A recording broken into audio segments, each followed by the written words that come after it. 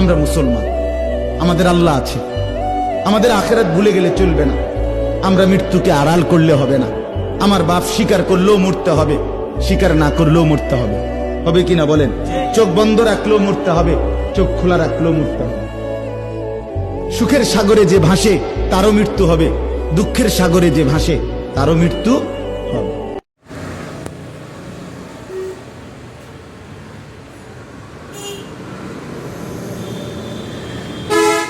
2 দিন পর আবারও আরেকটা ডেলিভারি,